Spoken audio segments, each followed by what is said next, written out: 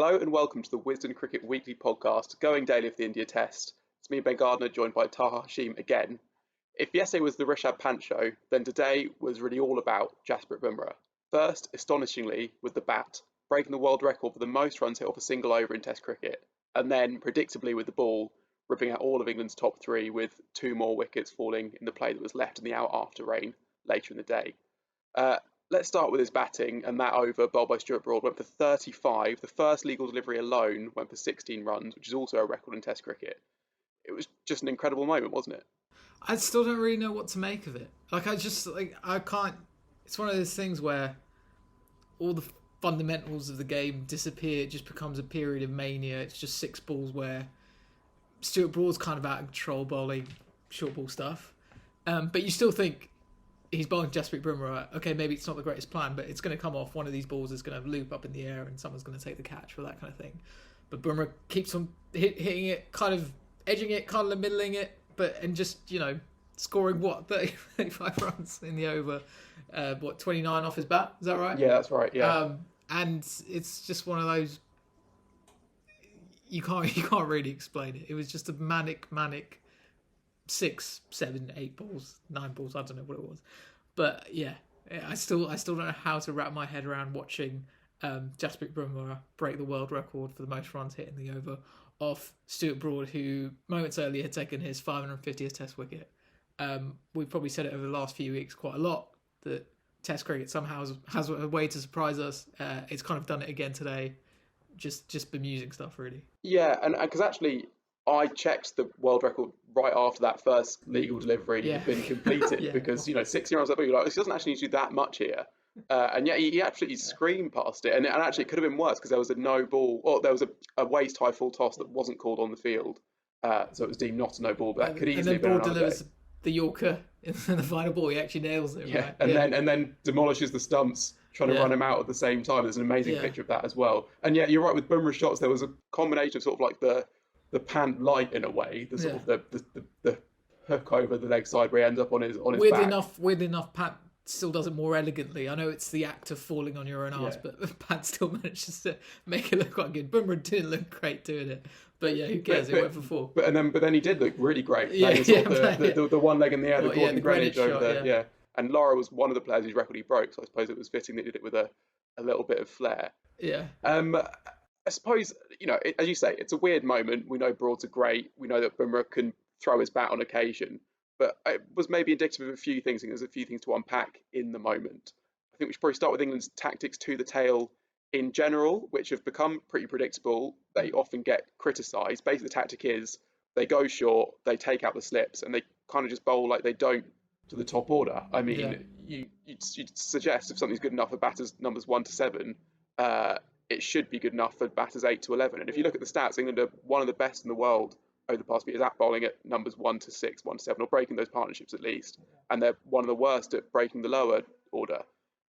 So there must be a thinking behind it, you think, because they have so many analysts, they talk about cricket so much. There must be something they're thinking when they're doing this. Yeah. But I can't work out what it is. But then I think it's because they do get the odd dismissal off the short ball, basically, right? Like today as well, there was the kind of the catch to Leach at the third man. You're thinking, okay, kind of work. But then you've also seen so many runs scored through it. And sure, but these are batters 8 to 11. Like whatever you do bowl to them, they're going to get out in not too long. Yeah. The thing I find was quite funny with that as well is also like, especially when Broad's bowling those short balls as well. It's like he's just, you've made a career out being the kind of the accurate guy. Yeah. Putting it outside off stump. You get all the top order guys out with it. Just a few overs. Especially when it was the second new ball as well. Yeah. And they were still doing the same thing. I don't really understand it. And it's not one of those things where I don't understand it, but there has been a theory that's been explained that I don't buy. Yeah. I just haven't seen the theory explained really. I think part of it might just be that kind of that aggression you give to the other bowlers.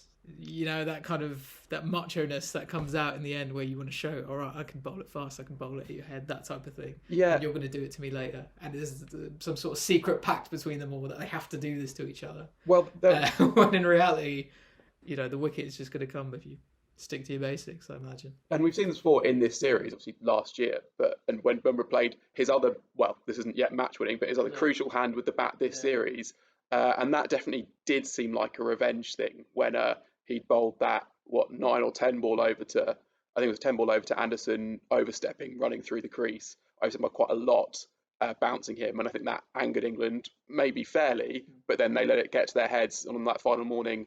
Bowled loads of short balls, got smashed, but they keep doing it. There was even a stage in there. I mean, obviously England ended up chasing it down in the New Zealand series, and they'll chase whatever happens. But on the 5th morning at Trent Bridge, there was a passage of play that added about 80 runs, I think, where again they went short, they got hit, and when the second new ball came, that's when they struck. But there was still a little bit after the second ball was available when they kept bowling short, and it's like, well, what's happening here? It's an odd plan. And I think we'll talk about it again because England have done it for a while, and I doubt even this will be enough to say that this is not the way to go. And maybe there is logic to it, I don't know. But yeah. And then the other aspect of it, I think, is to talk about Broad himself, who, he's 36. His record since the start of last year is not up there with his career record overall. We had a couple of questions about him. VJ asks, is it time to look at Broad and replace him with other bowlers as he struggles to get wickets and his weaknesses are being exposed? I guess there's a few ways to look at this, because Broad, I think we've agreed for a while that he's not in England's first choice attack, right? Like Ollie Robinson, if he's fully fit, we'd say, he's got more ahead of him than Broad, and you might be a more threatening bowler right now than Broad. Matt Potts has made himself pretty much undroppable, but the first choice attack is, it's not a thing that exists really. The key thing is that if Ollie Robinson is fit. Yeah. I think even CricViz put that stat out in the last test about Broad's just metrics being down. He's bowling slower. He's swinging less, seaming less. I think we've all kind of you're right. I'm when we do those Wisden writers pick the first test of each series, I think the last few series I don't think I've had Broad in my 11. Because when I look at an England first choice attack, he's probably not in it. But the fact is, who's out there right now? They're all injured. So many of them are injured. We had Jamie Overton come in the last test. He batted brilliantly and showed glimpses with the ball, but not enough to say that you can leave Stuart Broad out, who still has had moments this summer. Yeah. Think about New Zealand. The first test. That third morning. Yeah. Exactly. And he still has. There's always the gravitas to Broad. The fact that every time we write him off, he comes back even better. And that's why I always feel wary about comments that say, it's time to look past Broad. It's time to look past Broad. Yes, there will be that day. There will be that day, and it will come, and there will eventually be the day where you say, but it's so difficult to be so sure about it, because he is such an incredible competitor who has 550 test wickets. And even today, what I marvelled at was the fact that he got hit for 35. He tries to run out Siraj from that last ball, and he just kind of laughs about it. And that's the great thing about Broad. It was there all those years ago against Yuvraj when he gets hit for 36, and yet that could have ended loads of people's careers. But we're talking about one of the most mentally resilient cricketers England have ever produced. He just moves on with it. He'll just smile and move on, and that's one of the great likeable things about him, I think. That's a good point, and I think that even kind of, almost as he is now, he's not the front line of the attack leader. I mean that's Anderson, I suppose, but he might well be content with being in and around the squad, playing games here and there, filling in when there's an opportunity, like the sort of the drug that is Test cricket and playing sport at the top level. He seems like he still wants to get more of, so it's like I kind of see him sticking around almost for as long as he can. Although if people do come back to fitness, then we might see a decision made then, possibly. I don't know. But yeah, for right now, I think it's. But it's always going to be a massive if. Exactly. One of the great things about him is his fitness record. You have to also kind of respect that everyone else is dropping out, but he still manages to stay on the park as something in itself. Mm. Well, let's talk about England's batting performance then. And Bumrah bowled very well to take those 3 wickets at the top. We've obviously got questions about Zach Crawley. Johnny Bramley asks if Crawley doesn't make for South Africa, who comes in? Back to Burns, give Compton a try. how would they fit in with the supposed new style? Obviously, we talk about Crawley a lot, and this was, I suppose, just a continuation of that. Yeah, I mean, it's just kind of, I think it was pointed out in commentary as well, kind of the repetitive nature of dismissals. It's not just that kind of, yeah, it's, the key thing is, he came in a couple of years ago, and he was, I was really excited by him. I thought it was great talent, and still is, obviously. The thing is, it's just that lack of progression. You just don't even see sort of marginal gains. It's kind of, it is the same thing each time. It's not even that he's finding a new way to get out or something, If suddenly he becomes like an LB candidate, okay, that's something new. Yeah. There's some sort of tinkering. It's just kind of, you're watching the same thing. You kind of know what's happening. And the fact is, I think some might make the argument that, this is just a slump this summer, and that, he scored 100 in the Caribbean, and kind of impressed at the back end of the Ashes. But even last summer at home, just it didn't work. So he's not scored a half century at home over 2 summers. That they were just, you look at the numbers and there's no real way to make the argument that he should stay in, really. England will make the argument. McCullum and Stokes have backed him so, immensely, to the point where you feel like he'll still be there for South Africa even if he doesn't get scored in this next test, in next innings. But everything, the way we look at the game, the way selection is usually works, where someone's not scoring runs, it looks very clear that he's not going to score runs. That would suggest that Crawley needs to drop out, really. I mean, what it feels like, what is there left to say in this kind of story? I think the key thing is, for me, is of course I love watching him play. I love it when the drives come off and it's really good. And I really do think there's an England player in there. I think there might be an England white ball player in there. I think there might still be one day somewhat guy who can play in the middle order. But right now, as a test opener, if you look at the kind of the basics that are required in terms of opening the batting in test cricket, it's just, you don't really see it. You don't see the story coming together. It doesn't really seem to add up right now.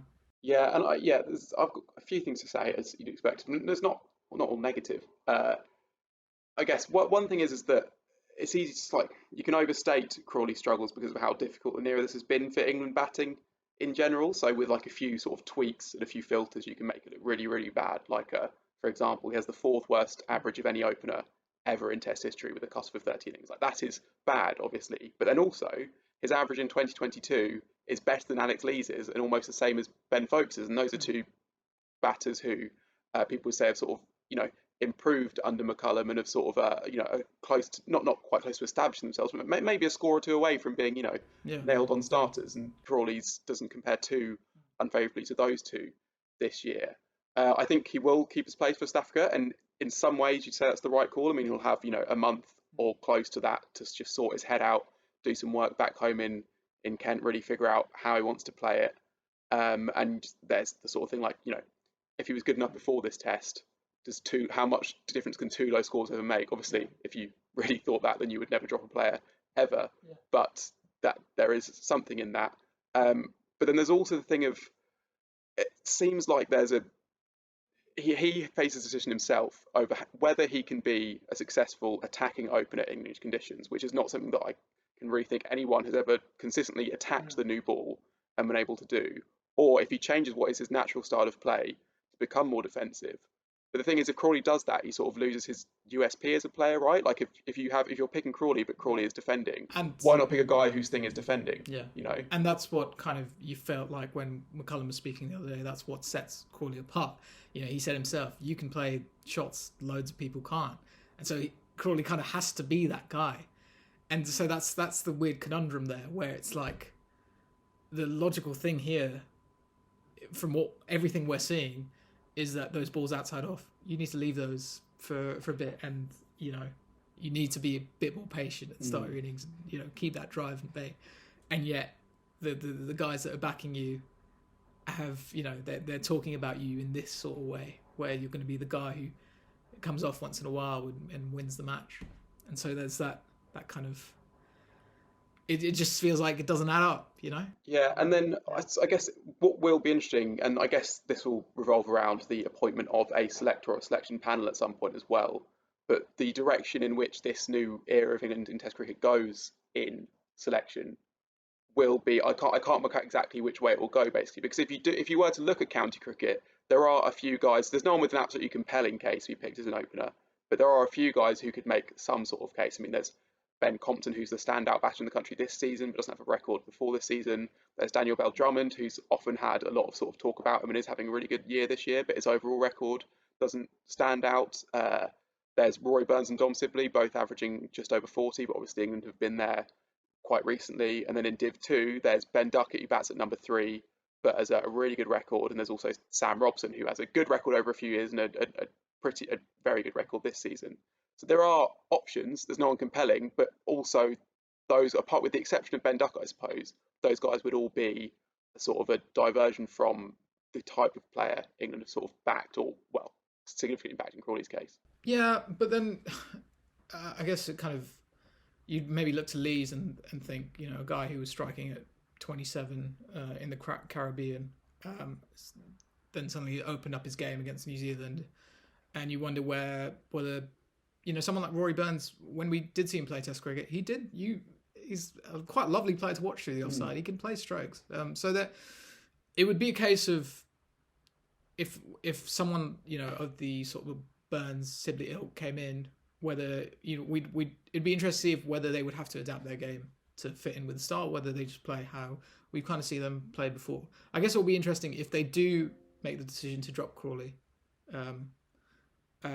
how they look at selection, how this setup goes about, because we've still not seen a kind of like a forced change right in the batting lineup, and we're still trying to get an understanding of what they're looking for.